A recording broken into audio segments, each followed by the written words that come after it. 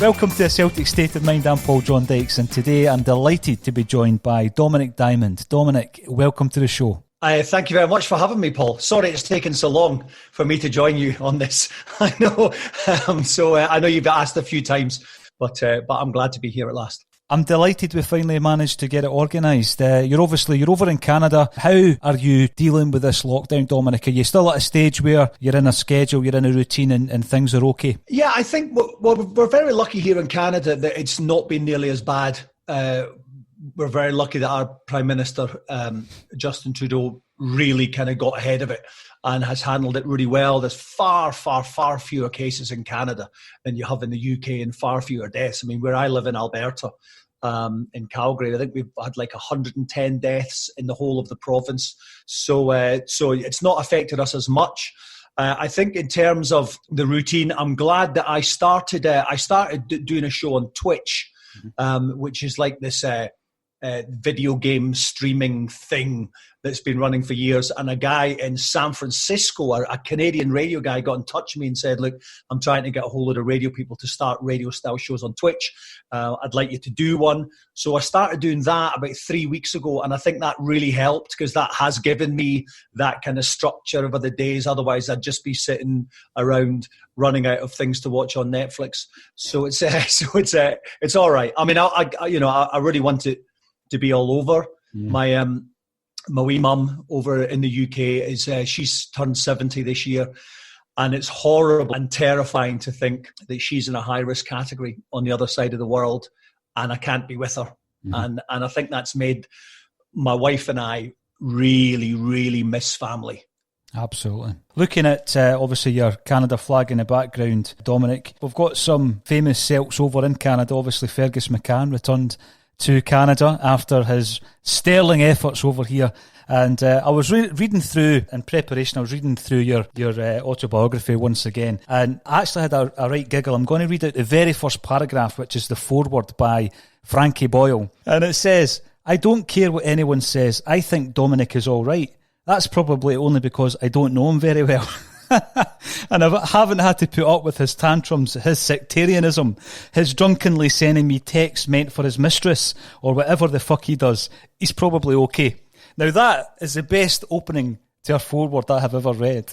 It's a brilliant forward, full stop. It's definitely the highlight of the whole book. The best bit about my whole book is the bit that Frankie Boyle wrote, and I was very lucky that Frankie agreed to do that. He's a good guy. Absolutely. And I'm guessing, having read the book, did he used to write gags for you when you were on various TV shows?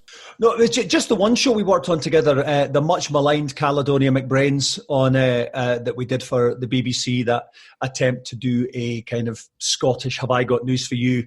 And it's weird because it's the only time that I've ever done a show with writers. I've always written my own stuff. But it was absolutely fantastic to be in that kind of classic comedy writer's room with people like Frankie and Ricky Brown and Noddy and the guys from the comedy unit. To be in a room with people who were properly funny, not like chancers like me. And it was just so, I mean, obviously Frankie after that went on to become absolutely massive.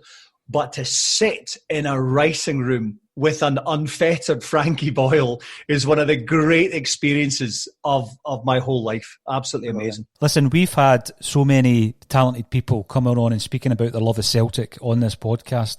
And I always ask, Dominik, I find it incredible how much talent there is amongst the Celtic support. You've got comedians, actors, writers, musicians.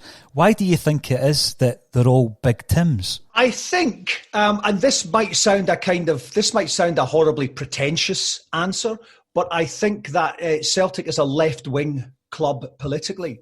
And I think that your greatest artists in history are left-wing.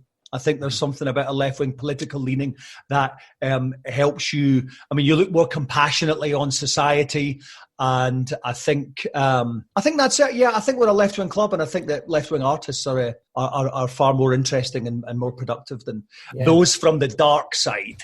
The dark side. And again, it is something I was going to ask you, Dominik, because you were fearless when you broke into radio initially and television, but you were fearless in the fact that you nailed your colours to the mast, and you weren't afraid to call Rangers the Huns, and you did that on radio. I mean, is that something that you could still get away with, or was that something that back in the 90s it was just about acceptable? I'll be honest, I just didn't think there was any other way to refer to Rangers. I mean, I honestly, it was really interesting, Paul, because I was in a safe little London media cocoon at the time. And I really had no idea how much that upset people. And I would go on every single week on Radio 5 and just get tore right into them. I was in my early 20s. I thought I was indestructible. And it was only later, in later years when I went back to live in Glasgow that I realised just how many people I had absolutely pissed off. I think if I'd been aware at that time of how much shit I was stirring, then maybe I would have towed the line a little bit more. But no, I think it I think I got into a cycle where I would say something naughty on Radio 5 Live, and then I'd meet Celtic fans somewhere and they'd be like, oh, it's fantastic the way you get tore right into the Huns on the radio. So then I'd do it more. And so it just started this cycle that carried on. And but yeah, I think it was just I really was not aware of how many people I had upset until later on when I lived in the cauldron. Absolutely. Well, you're out of the cauldron just now, Dominik, and you're so far away that I contacted you. I think it was about 5 o'clock in the morning, your end, because I got my times wrong first thing this morning. But how do you manage your support of Celtic these days? How do you get to see the games? How difficult is it? Well, ironically, given that I think I'm still banned from it, Celtic TV, basically, that's it. I'm Celtic TV's number one fan over here. Live, eat, sleep, breathe it, and I think we're very lucky that it's a fantastic service these days. They've got a great bunch of people doing the games. The time is a real problem. Like the Rangers games will be 5 a.m. It's basically 12 noon. Over there, so to have to get up at that time to watch the games is a bit of a struggle sometimes. But yeah, no, it's good. And it's interesting that the guy who first introduced me to Celtic, Romano Petrucci, the great king of Stranraer, his cousins live in Calgary, so it's like this amazing full circle thing that I watch the Celtic games with the Calgary Petrucci's over here. So it's really nice. We've got a nice wee kind of group of us, and also my two best friends over here. They're not Celtic fans. They're at St Johnstone and a Hibby. So there's a load of people over here, a load of Scottish people in Calgary. 90% of them are Sevconians, I have to say. The Calgary business community is dominated by blue noses, and I keep bumping into them whenever I MC charity functions and whatnot, and I get right tore into them over here. They get tore into me, and it's good. It's a good banter. It's like there's a lot of Scottish football chat in Calgary, which is quite amazing. Brilliant. I mean, that's one side of it, following the football side of things, Dominik. Obviously, at the moment, there's a real pantomime going on in Scottish football. Once again, it's got to be said. I mean, are you following that? It's certainly looking at it from a Celtic perspective. Celtic haven't been getting involved in relation to releasing statements and all that kind of stuff, but it's a bit of a soap opera. Yeah, I mean, I'm absolutely astonished that it has gone so far. I just thought it was an absolute no-brainer.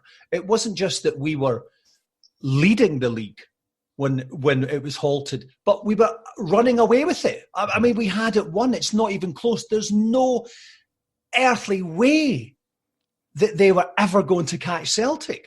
And I think it's embarrassing that any attempt to make it anything other than Celtic being awarded the league title is just, I think there's a lot of grown men who need to take a right good look at themselves, because it's just, with every kind of twist and turn, and now, and now Sevco wanting an investigation into the SPFL's conduct, it's just that, oh, come on. There's tens of thousands of people dying from this virus. You would think, enough, just, get it sorted, move on.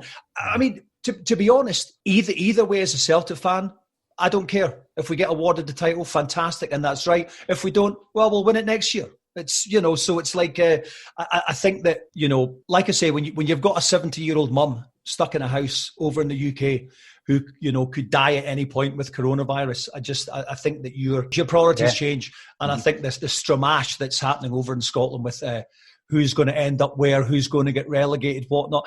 It's embarrassing. Oh, it's not fair on Hearts because they might have ended up not being relegated. Well, they should have won the previous games. You know what I mean? Utter rubbish. It's just utter rubbish. You're right, and it's all about priorities as well. For anyone who's not read your book, Dominik, you mentioned a great friend who introduced you to Celtic, and it was in quite amusing circumstances, because when you first met him, you thought he was threatening you and he was calling you a blue nose and all that kind of stuff. Talk to us about your first visit to the jungle, your first visit to Celtic Park. Yeah, so it was a very interesting introduction to Celtic, in that when I was tiny, my family were Celtic fans. But then, and I tell the story in the book, that they were Celtic fans, but they weren't, my dad never took me to the football. He wasn't one of those guys. It was more, we were Catholics, historically, we were Celtic fans. And then just one day there was this kid on the school bus when I was about 7 or 8, and he was walking around saying, "What team do you support?" And if you said Celtic, you got a punch in the bus. So I just said Rangers, because I was a coward, and then that was it. So up till the age of 16, I was a Rangers fan. And then I started going out with this girl called Rachel Smith at school. And through her, I met her best pal, Maria Petrucci, who went to the convent down the road. And then when I went to Stranraer to stay with Rachel, I met Maria's big brother, Romano. And he was a terrifying figure. He was a big noise in Stranraer. He still is a big guy in the business community. And they had a cafe and he had a nightclub and everything. And oh my God, he ran my arse ragged about being a Rangers fan. He just, he'd refused to serve me fish and chips in the cafe and everything. We had a lot of serious chats about the nature of certain things that each club stood for and certain things that each club stood against. And he said he found it bizarre that as a Catholic I could follow a team that revelled in being awash with Fenian blood. And so, yes, it was very much a Damascene conversion. And then the first game he took me to, 1987, Celtic Rangers at Celtic Park.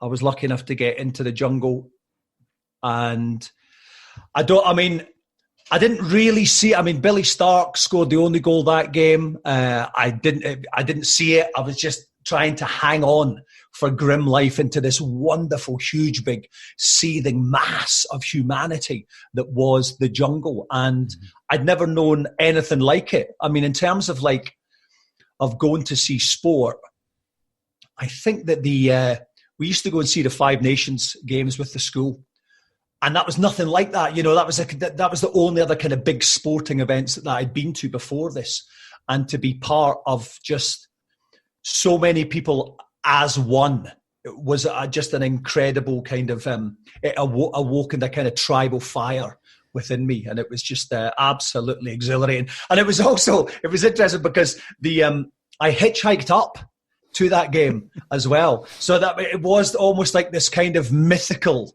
journey up there for my first Old Firm game. And so it was it was absolutely fantastic.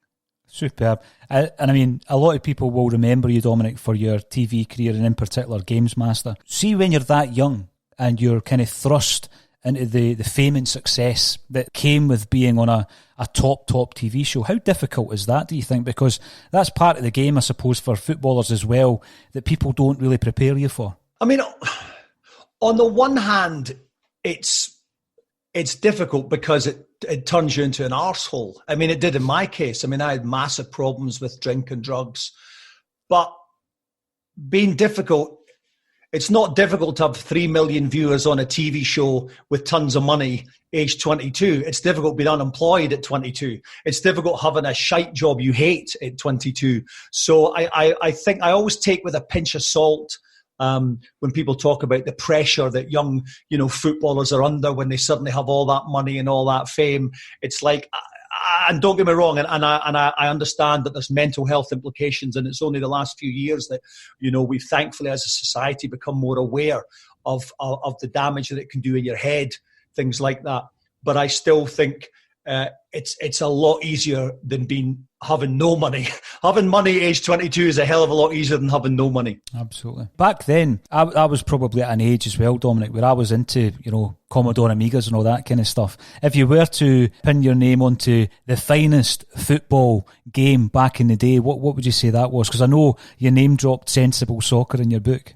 Yeah, I think Sensible Soccer was my absolute favourite back then. Ironically, I just played it last weekend. It came out. Sensible World of Soccer was re-released on Xbox Live, and I had hundreds and hundreds and thousands of hours. The amount of goals I scored with Simon Donnelly in that Celtic team on Sensible Soccer. I mean, thousands of goals. And I played it last Saturday on the Xbox, and it was shite. It was not good going back to it. It really wasn't that good. I've been spoiled by years and years of FIFA and Pro Evolution Soccer. So Sensible Soccer was my favourite. The first football game that I really got into, though, was Match Day on the ZX Spectrum. And that was absolutely incredible. Match Day was good. Then Match Day 2 was even better. And I remember there was a little bug where you could actually get your guy from kickoff to head the ball all the way up and score. And it was impossible for the computer to get it off you. So that was the first game. And then I was really into the Football Manager games as well. The first one on the Spectrum, Football Manager by Kevin Toms. And then Championship Manager on the Amiga was just absolutely ridiculously addictive. And really interested in the fact that I remember you could get a young Neil Lennon at that point. Now, who was he playing for then?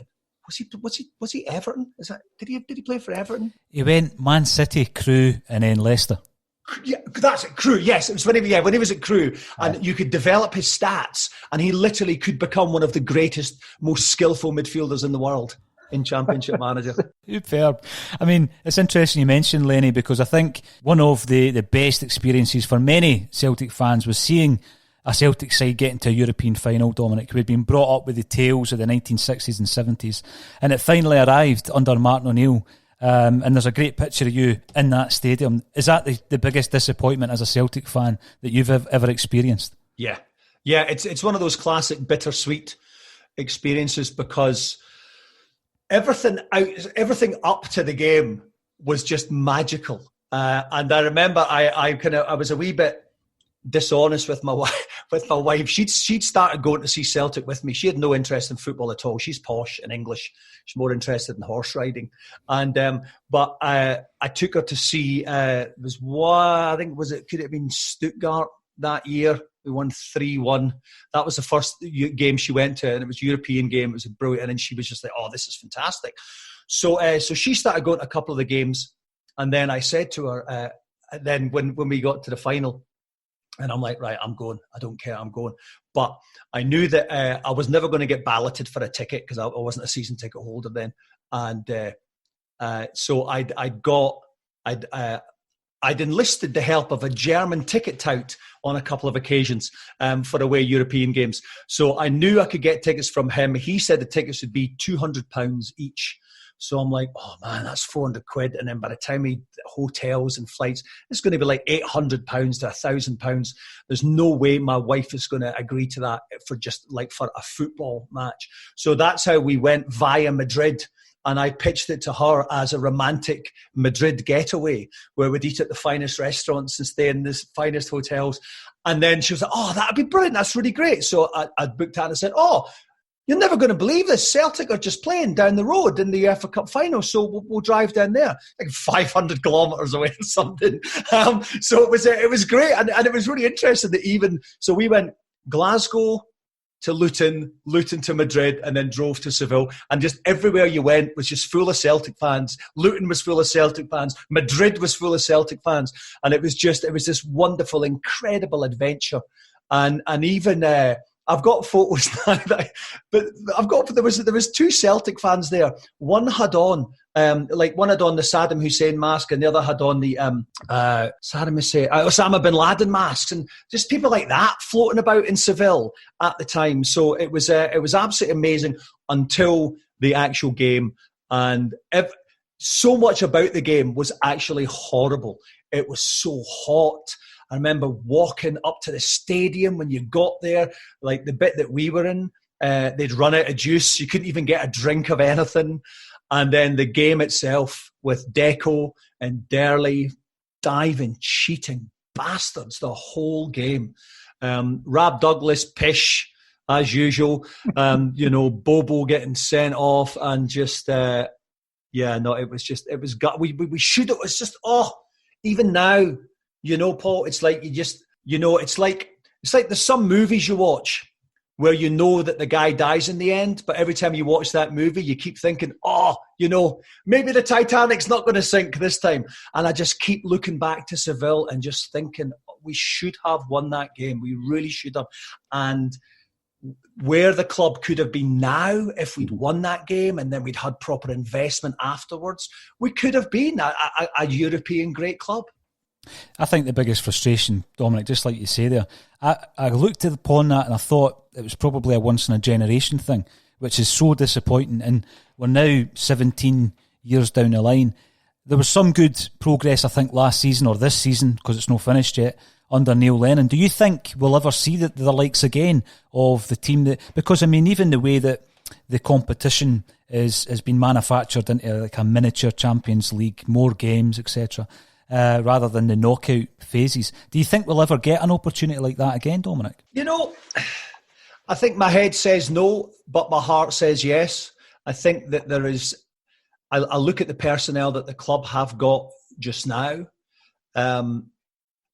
French Eddie's one of the greatest strikers in Europe, bar none. We've got a fantastic midfield. We've got some amazing Scottish players. Neil's got us playing better football than we did under Brendan Rodgers. But I think it's that usual story with us in Europe. It needs everything to go right on the day. And we know that we are the absolute captains of shooting ourselves in the foot in terms of Europe. So, when you play teams that can have 50 million pound players on the bench and you think that, no, I think that in a one-off game, we can beat most teams, but over the course of a whole European campaign, I don't think we're going to do it. And I'm not, to be honest, I'm not that bothered about that. I fall out with a lot of Celtic fans on Twitter over this. That I honestly treat the European games as dessert. They just are. They're your pudding, And yeah, sure, it's nice, but as long as I get my mince and tatties of the league, for me, it's the league. It's the league. It's the league. It's the league. It's the league. It's the league. And right now it's 10 in a row. Nothing is more important than 10 in a row.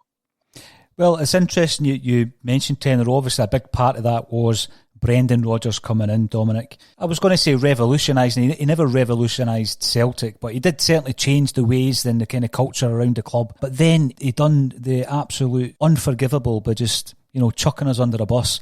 What was your thoughts over in Canada? What was your thoughts looking upon this guy who we had kind of hero worshipped for a couple of years? Well, it's interesting because, again, this is another time where I fell out with a lot of Celtic fans on Twitter. I backed Brendan Rodgers when he left. I was like, I don't blame him at all for leaving. The board, once again, has failed to invest properly in a manager. And looking back now, I ended up making a bit of a fool of myself because then all the stuff came out, the wheeler dealer stuff he was doing before that behind the scenes and tapping up Dembele to go and this and that. And yeah, he appears to be, if you cut Brendan Rodgers, he just bleeds selfish ambition. Mm-hmm. But that said, would I rather have had those 3 years with Brendan Rodgers and him shitting on us, or no Brendan Rodgers at all? Take a big dump on me, Brendan, anytime you want, because those three, I mean, the Invincibles was fantastic. I mean, to see Dembele play in the hoops, it was absolutely brilliant. And the way that he took players like James Forrest and Calmack, who were okay, but just took them to so many players he took to the next level. So many, I mean, I remember the dog's abuse that James Forrest used to get before Brendan Rodgers came was unbelievable. And I'm sure I was one of them. But there's something that he does with young players that kicks them up to the next level. And that's an incredible gift. And so I'll always be happy that Brendan Rodgers was at Celtic for a few years. You mentioned 10 in a row, and there's a slight feeling, there's a narrative creeping in, Dominik, that Celtic and Peter Lawwell especially will be looking at this current situation and seeing it perhaps as a way of leaving Scottish football. Now, that may not be immediate. Do you think there will, after something that no one expected to happen, do you think it may happen in the future that Celtic will move on? I think that you look at the way that the chips are stacked against clubs like Celtic with the Champions League and having to play 57,000 qualifying rounds. I mean, it's an extra qualifying round every year, that it's stacked so much against clubs like us. I think that you will get that non-galactical tier of good heritage European clubs that will definitely, I think they've got to look for some kind of alternative. And so I actually I think it would come anyway, just because of how unfair Champions League qualification is now. That I think it would have happened regardless, of coronavirus and of the situation this year. But I think it has to happen, which is a shame for. Well, I don't know. Is it a shame for Scottish football if we leave? I mean, you would imagine that the St Johnstone fans, the Hibs fans and everything like that, they've got much more chance of winning something. So maybe it's better for Scottish football as well. See, when you decided to write your autobiography, Dominik, it's steeped in Celtic, which, brought it to my attention. When did you decide, I'm going to make this a Dominik Diamond book, but I'm going to focus on my love of Celtic and my journey? Because it is an interesting journey, the way that obviously you have had this relationship with Celtic throughout your life. And would you ever consider writing another book? Okay. To answer the first question, in terms of I wrote the book for one reason. I wrote the book because I was skint, right? It's God honest truth. So we moved over to Canada and I bought a small farm and I was going to be a farmer. It was a llama farm. And when we got there, the llamas had gone, which should have been the first thing that got my spidey sense tingling, that maybe this was not going to work out great. And so I kind of had fields of vegetables and everything, and I kind of grew my own flower meadow. But I wasn't making any money at it. And we realised that Nova Scotia, Canada was a lot more expensive. Houses were the only cheap thing to buy. Everything else, like cheese in Nova Scotia is more expensive than gold. Chicken, all your basic stuff costs a fortune. So we ran out of money in a year, and we had no money. So I'm like, and I remember when I got in touch, when I pitched it to the publishers, and I had like $100 in my bank account. So I pitched the idea of the book, and they wanted a Celtic book. And I said, okay, that's cool. I said, how about I do this though? I said, there's so many great stories that are kind of tied in with my media career as well. And I said, there's been a really kind of interesting kind of symmetry and contrasts and comparisons to how I was doing in the media and how I was as a Celtic fan. And a lot of my story is kind of what I went through as a quote unquote celebrity Celtic fan. So I said, why don't I kind of make the book, about both things, my life as a supporter and my life in the media at the same time? And they said, yep, that's great. And literally, the advance for that book kept us going for like about 3 months. And then I started back in radio right at the very bottom in Canada. So that was the first reason that I wrote the book. And then I think don't get me wrong, it's a good book. Yeah, and I think that you create your best stuff when you absolutely need to do it. And I think that starvation is one of the great motivators of the artist everywhere. There's J.K. Rowling writing that first Harry Potter book when she's just making a cup of coffee last in that cafe for about 6 hours looking after a baby. You've got to make that stuff good. So I really, really poured my heart and soul, because if I didn't and the book didn't sell, we'd have starved. No, that's a great point, because you think of some of the greatest musicians in their first albums as well, Dominik. Noel Gallagher, Oasis, when you're hungry for that result and that success. Would you write another book? No, that's a great question, Paul. I would love to. I would love to write Canada and Me, because my journey in Canada has been absolutely insane in terms of ups and downs. But I don't have an ending yet. I was talking to someone about this the other day, and I said, I don't have a happy ending. I'm waiting for the ending of that journey. And it's interesting that we are probably going to move back to the UK once coronavirus has ended, or at least, paused, because, like I said, it has made us miss family so much. Canada's been great to us. We've had a fantastic 11 years here now, and the country's great, Paul. The people are wonderful. It's such, and I said this, and when we had the updated version of the book that was released, I was saying how Canada's such a wonderfully liberal country, and I realised that when I would go on the radio here and talk about a wee story to do with going to mass on Sunday, and then not get text calling me a Fenian bastard. Canada's brilliant like that. It's so wonderfully liberal and so wonderfully open-minded. But to have all our family over in the UK and to think that they could die and we wouldn't be able to see them and we wouldn't be able to go to their funerals has made us really aware of what family means.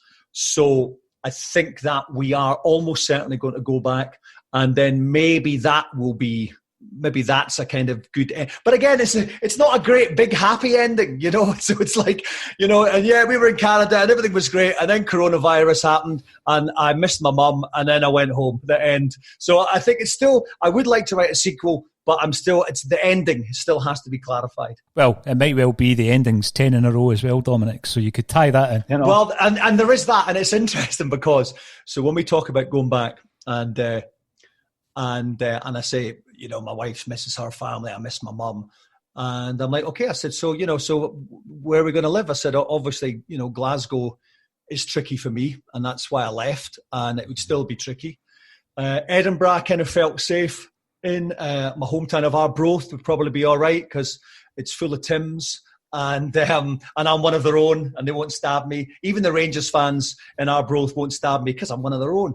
And my wife's like, but we're not moving back to Scotland, we're moving to England. And I'm like, what? She goes, your mum lives in England, Dominik. What's the point in going to Scotland? And I said, 10 in a row. She's like, oh, what a load of nonsense. She goes, if we're moving back, we're moving beside my sister, we're moving beside your mum. So I think it's interesting because I can see it when it comes to 10 in a row. It being a similar situation to that time we stopped there, 10 in a row. And on that day, because I was working at the weekends on Radio 5, and I ended up getting the train up just like for the celebrations afterwards. So I wasn't actually at the game. I listened to it, Harold Bratback's goal and everything on the train.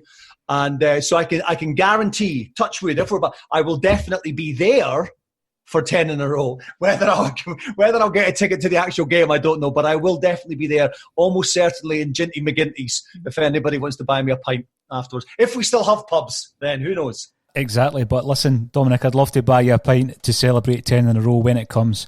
Thank you so much for your time this afternoon. Get through this and we'll all be fine on the other side, mate. I hope so. Thank you very much, Paul. It's been great talking to you. An absolute pleasure. All right, take care. I'll speak to you again. Thanks a lot, Paul.